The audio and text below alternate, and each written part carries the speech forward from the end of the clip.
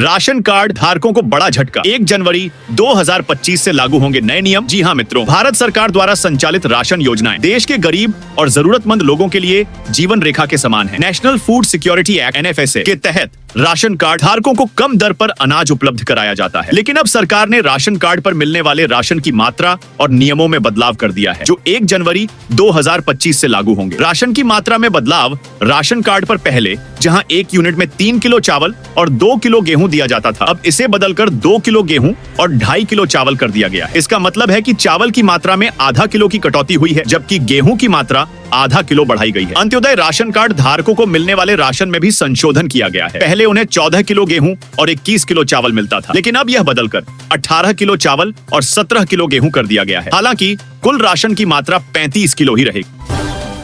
जोधपुर जिले के इस छोटे से गांव की लड़की न्यूजीलैंड में बनी पायलट। किया परिवार का नाम रोशन। जी हां मित्रों, हाल ही में जोधपुर के बालेसर की रहने वाली काजल का तिब्बड़ा इंडिगो में पायलट के पद पर चयन हुआ। वह न्यूजीलैंड में ट्रेनिंग पूरी करने के बाद वापस इंडिया लौटी। इंडिया लौटने पर उसका जगह जगह स्वागत किया गया। इतना ही नहीं, गांव में एक सम्मान समारोह भी आयोजित किया गया। पिता फर्नीचर करते हैं। काम काजल सुथार की उम्र केवल 22 साल है, जिसके पिता फताराम मुंबई में फर्नीचर और मार्बल का काम करते हैं। काजल के पिता पिछले कई सालों से मुंबई में रहते हैं। काजल बताती है कि बचपन में ही उसे शौक चढ़ गया था कि वह एक दिन पायलट जरूर बनेगी। आज उसका यह सपना पूरा हो चुका है। रोजाना 12 से 13 घंटे तक की करती थी पढ़ाई। काजल बताती है कि यह मुकाम हासिल करने के लिए उसने रोजाना 12 से 13 घंटे तक पढ़ाई की। न्यूजीलैंड में पढ़ाई और ट्रेनिंग के दौरान वह कई बार इतनी ज्यादा व्यस्त हो जाती कि समय पर खाना भी नहीं खा पाती, और कई बार कुछ दिन ऐसे भी चले जाते जब वह बिना खाना खा ही रह जाती।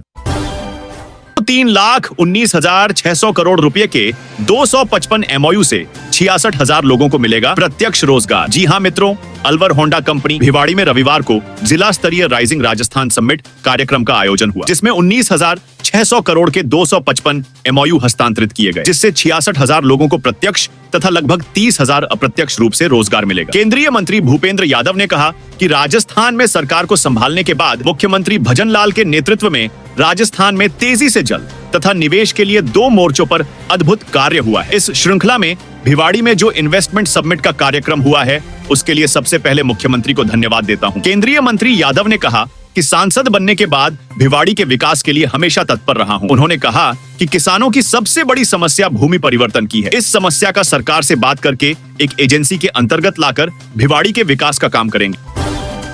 कोटा के भीतर कोटा आरक्षण लागू करने के लिए आवाज उठाई। जी हां मित्रों, सुप्रीम कोर्ट की ओर से अनुसूचित जाति और जनजाति वर्ग को मुख्य धारा में लाने के लिए आरक्षण में आरक्षण, कोटे में कोटा लागू करने और जनसंख्या के अनुपात में पृथक से आरक्षण की मांग को लेकर आदिवासी आरक्षण मंच के बैनर तले रविवार को बांसवाड़ा में विशाल रैली निकाली गई। इसमें बांसवाड़ा, डूंगरपुर, प्रतापगढ़ के अलावा सवाई माधोपुर और झालावाड़ से भी आदिवासी समाज के प्रतिनिधि सम्मिलित हुए। श्री गोविंद गुरु राजकीय महाविद्यालय के मैदान में आयोजित रैली में सम्मिलित होने के लिए दोपहर से ही जनप्रतिनिधियों के साथ ही बड़ी संख्या में युवा पहुंचना शुरू हो गए थे। हजारों लोगों की उपस्थिति से पूरा पांडाल खचाखच भरा हुआ था। इसमें सम्मिलित युवाओं के हाथों में 3 सूत्री मांग कोटे में कोटा आरक्षण लागू करो, जनसंख्या के अनुपात में आरक्षण दो और न्यूनतम पात्रता में पूर्णतः छूट दो के नारे लिखी तख्तियां थी। इसके बाद सभा में तीनों मांगों को लेकर वक्ताओं ने संबोधित किया। सभा के बाद कॉलेज मैदान से रैली निकाली गई, जो अंबा माता, कस्टम चौराहा, पुराना बस स्टैंड, सूचना केंद्र, कुशल बाग,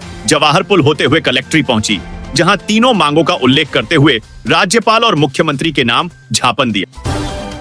सीएम भजन लाल ने नवनिर्वाचित विधायकों की मुलाकात शक्कर में लपेट कांग्रेस पर किया ये बद्धा हमला। जी हां मित्रों, राजस्थान में विधानसभा की 7 सीटों पर उपचुनाव में बीजेपी ने 5 सीट पर जीत दर्ज की है। बड़ी बात है कि उपचुनाव वाली 7 में से सिर्फ 1 सीट ही बीजेपी के पास थी। यह उपचुनाव ऐसे समय में हुए जब कुछ महीने पहले लोकसभा चुनाव में बीजेपी को राजस्थान की 11 सीटों पर हार सामना करना पड़ा था। उपचुनाव के नतीजे के बाद रविवार को मुख्यमंत्री भजन लाल शर्मा से सीएम आवास पर विधानसभा उपचुनाव में नवनिर्वाचित विधायकों ने मुलाकात की। सीएम भजन लाल बोले, आपकी जिम्मेदारी बढ़ गई। सीएम भजन लाल ने सलूम्बर से विधायक शांता देवी, झुंझुनू से विधायक राजेंद्र भांबू, देवली उनियारा से विधायक राजेंद्र गुर्जर, रामगढ़ से विधायक सुखवंत सिंह, खींवसर से विधायक रेवंतराम डांगा को जीत की बधाई देते हुए दुपट्टा पहनाकर उनका स्वागत किया। मुख्यमंत्री ने विधायकों से बातचीत में कहा कि एक जनप्रतिनिधि के रूप में आपके निर्वाचन क्षेत्र प्रदेश की जनता के प्रति आपकी जिम्मेदारी बेहद गई है। उन्होंने विश्वास व्यक्त किया कि सभी नवनिर्वाचित विधायक जनसेवा के लिए